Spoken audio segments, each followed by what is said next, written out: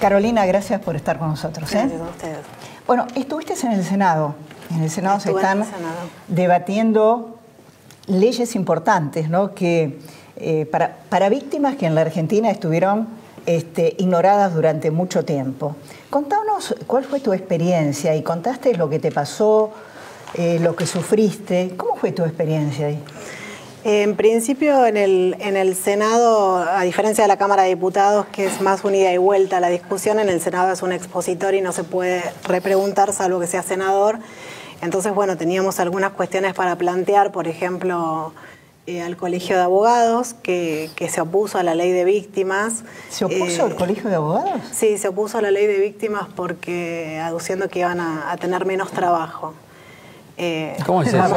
¿Cómo es eso? Como si hubiéramos propuesto ingenieros para defendernos. Ah, claro, ellos dicen nos van a contratar menos. Van a tener menos trabajo. Obviamente lo entendemos que van a tener menos matrícula, no menos trabajo, porque serán más abogados del Estado. Por ahí quieren tener clientes privados. Claro, lo que nosotros planteamos es que piensen en la realidad, ¿no? ¿Cuántas víctimas realmente pueden pagar por una querella? Son muy poquitas las víctimas que pueden pagar por una querella, entonces no es una pérdida económica para los abogados, al contrario, creo que es trabajo y una materia donde deben especializarse porque defender víctimas no es la especialidad de ningún abogado. De todas maneras parece un argumento por lo menos egoísta. Es un argumento bastante egoísta. Por decirlo suavemente, ¿no? ¿Pero quién les dijo eso? El representante del Colegio de Abogados. Escuchamos a muchas personas, también a la defensora de la Nación, que uno va descubriendo en el camino cuestiones que ya existen y no se cumplen. En el artículo 11 del Ministerio de la Defensa claramente decía que se le podía otorgar un abogado, una querella a una persona que quisiera hacer querella y no tuviera los medios para hacerlo. Y bueno, la defensora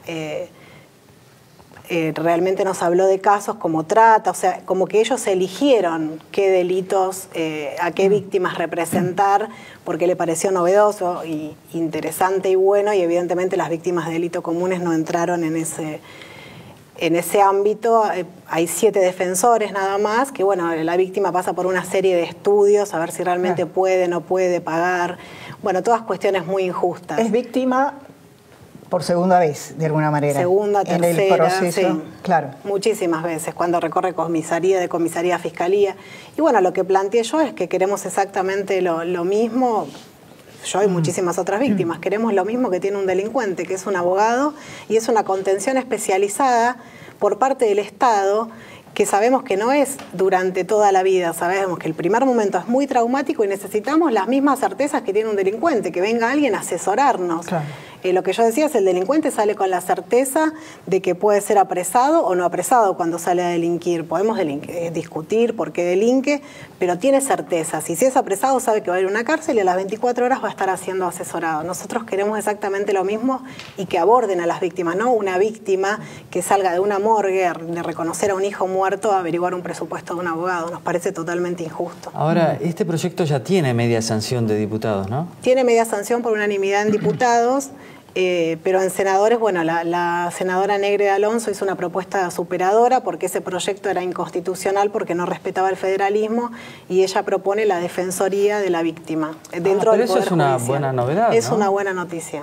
No sabemos en qué va a terminar. Y ahí por ahora están los abogados que se quejan, los dirigentes, pues no creo que un abogado piense así, pero los dirigentes corporativos van a tener más trabajo también. Van a tener más trabajo, todos exactamente. Contentos, digamos. Sí, sí, para delitos graves, ¿no? Estamos hablando. Ahora, Carolina, el clima político que se vive en el Senado, porque esto costó muchísimo, esto que es puro sentido común, lo que vos estás contando y tanta gente que ha venido acá, que es de sentido común. ¿Por qué cuesta tanto?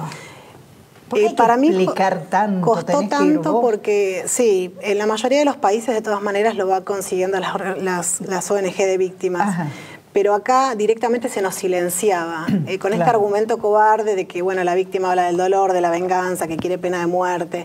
Y cuando realmente nos escucharon el año pasado los diputados, cuando nos escuchan este año los senadores, se dan cuenta que estamos muy lejos de querer una venganza. O sea, lo único que buscamos es una justicia justa, condenas que se cumplan y asesoramientos y derechos al igual que tiene un delincuente. No queremos menos derechos para los delincuentes, queremos iguales derechos para una víctima. ¿Y entienden? Yo creo que están entendiendo, hasta ahora están escuchando, y hoy también, bueno, fuimos a escuchar el debate por la modificación de la ley de ejecución penal. Carolina, y el otro tema es, no sé si está discutiendo en el mismo paquete, el tema de las salidas transitorias que le ha costado la vida a muchísima gente y de una manera extremadamente cruel hace muy pocos días a Micaela. A Micaela. ¿Este tema también se trata? El martes se trató ley de víctimas y hoy se trató la modificación de la ley de ejecución penal. Ah, ¿y ahí? Y ahí, bueno, estamos escuchando... ¿Cómo está el clima ahí? Y el clima en general, habló una sola persona a favor de la modificación, que fue una jueza de ejecución, Julia Márquez. El resto, bueno, el CELS obviamente totalmente en contra de la modificación. Berbisky. Digamos, sí, la organización que preside Berbisky. Sí, bueno, ni siquiera puntualizando en el caso de Micaela, hoy fue una antropóloga que también, bueno, en toda una teoría bastante rebuscada, que la violación no puede considerarse un crimen, sino que es algo que va mucho más allá.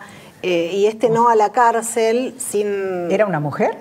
Una mujer, feminista pero anticarcelaria, aclaró ella, que hoy está en todo. Pero tal vez eso sea otra discusión, digo, porque las cárceles, todos estamos, ustedes también supongo que hay que modificar, porque de ahí salen peor de lo que entran, ¿no? Y la idea es la reeducación, pero es otra cosa. Es otra discusión. Claro, no tiene esta nada que ver. idea del CELT, como del abolicionismo, de apurar la libertad, en realidad no ayudan a nadie, ni siquiera al delincuente, porque a los 5 días está de vuelta en la cárcel y habiendo cometido un delito peor. Se puede hacer todo, digamos. Claro, que la cárcel no sirva, no es que no sirve esta cárcel, la que tenemos nosotros, discutamos condiciones, discutamos cómo se van a rehabilitar, cómo se van a resocializar, pero no querramos, porque no hay otra idea que no sea la cárcel, no hay una idea superadora que digan, bueno, no, nosotros proponemos una isla, no proponen nada, proponen no cárcel, nada más. Y si ustedes plantean también la idea de mejorar la cárcel, también y sobre todo para las personas que van a la cárcel, por ahí dan el salto por arriba, ¿no? Totalmente. Hoy yo me quedé afuera en el Senado y bueno, vinieron a hablar conmigo algunos expresidiarios que yo creo que ellos mismos se dan cuenta de que algunos, bueno, hicieron algunos talleres, les sirvió mucho, se dan cuenta que pueden hacer otras cosas en la cárcel, existen. O sea que creo que están hasta mal asesorados los que se amotinan, porque ni siquiera es retroactiva esta ley. A partir de que se ponga en vigencia los delitos para adelante. Además, Carolina, me parece que es necesario establecer el que está en la cárcel por un delito común, un robo, y el que ha violado. Es diferente. Es diferente, eso es un Es diferente grave. Y la modificación porque además a este juez Rossi le habían dicho que este hombre no debía salir. Y fíjate vos cómo terminó. La muerte de Micaela ha sido de una crueldad extrema. No vamos a contar los detalles acá, pero fue terrible lo que sufrió esta chica. Una muerte terrible. Una muerte terrible y un caso exacto que fue el de Axel López, que no era parecido. Era exacto y no pasó nada. Entonces yo creo que el día que un magistrado sea corrido de su cargo, ahí van a empezar a tomar nota el resto de los magistrados. Porque Rossi, bueno, ¿qué toma? Axel López hizo lo mismo, vino Zaffaroni y nada más, nada menos a defenderlo.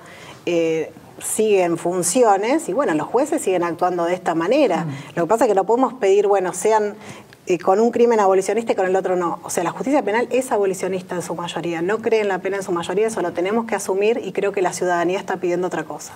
¿Y cómo crees que va a evolucionar este proyecto de ley sobre las salidas transitorias? Yo creo que la ley de víctimas está más avanzada, ha habido más reuniones y creo que finalmente este año yo tengo esperanzas de que... La de víctimas. Sí, que sea sancionada. ¿Otra? Y la otra empezó hoy el debate. La verdad que los senadores no están emitiendo opinión, sino escuchando a todos. Carolina, quería preguntarte, vos has transformado una situación personal dramática que viviste, casi perdiste a un bebé, casi te morís vos, transformaste esto una vez que lo superaste en la experiencia para luchar para que no vuelva a pasarle a otras personas. ¿Cómo se produjo este paso tuyo de ser una persona común y corriente como todos nosotros? Decir, bueno, ahora a partir de lo que me pasó, yo voy a luchar también para que esto no vuelva a pasar. ¿Cómo fue el proceso de tu decisión? Inmediatamente, obviamente mi cuerpo no estaba en condiciones de salir a reunirme con nadie, pero ni bien pude, yo me quería reunir con víctimas. Y esto conté el martes en el Senado, cuando una víctima es mediática, o sea, cuando un caso es mediático, el tratamiento es diferente, en eso no podemos ser hipócritas. Al hospital fue el gobernador Daniel Scioli, el ministro de Salud, el ministro de Seguridad, llevaron al mejor infectólogo, al mejor cirujano, nadie quería tocarme ni operarme, bueno, vino alguien especializado en tórax. Hubo ayuda de todo tipo, hubo ayuda, incluso se me dio más tiempo por recuperación psicológica, más allá de que yo necesité varios meses para volver a hablar y a caminar. Pero bueno, hubo toda una cuestiones que uno no tiene experiencia como víctima, por suerte.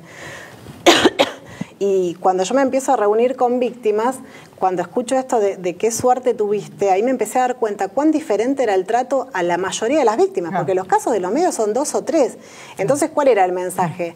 Rezá que no te pase nada, pero que si te pasa algo que sea tan original como ejecutar a una embarazada de 9 meses para que aparezca un mes en la tele y alguien le dé bolilla. Este es el mensaje.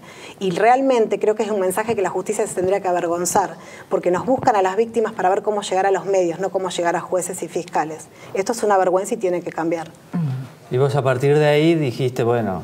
Y yo ahí empecé a trabajar hasta que me uní a Usina de Justicia, donde, bueno, realmente hace años que venimos peleando por cuestiones como las que pasaron con Rosy. A mí me parece que lo que ustedes están haciendo de bueno es sacar de lado las ideologías. Las ideologías son esas ideas que no tienen mucho que ver con la realidad, ese sentido. No tienen que ver con la realidad. Me parece que lo del CELS y toda esta gente, la antropóloga, son ideas, pero no tienen que ver con la realidad. Ustedes le están demostrando, mirá, las cárceles nos interesan. Totalmente. Para que los que están en la cárcel mejoren por ellos mismos también. Totalmente. Son ideas, sí, alejadas de la realidad, porque son cuestiones que plantean que uno muy difícilmente pueda estar en contra si se plantea más educación, más política social a futuro, claro, pero ¿qué hacemos ahora con el que está delinquiendo ahora, con las personas que están muriendo ahora por el delito? Esas son las propuestas que necesitamos hoy. Además es de sentido común. Es decir, me parece que cuando un sistema judicial no responde a las demandas de la sociedad, algo está fallando. Algo está fallando. Está fallando este sistema judicial que nos está diciendo el está fallando todo, porque digamos el CELS tiene toda una burocracia que deberían ocuparse de los problemas y lo único que hacen es aplicar recetas viejas, digamos.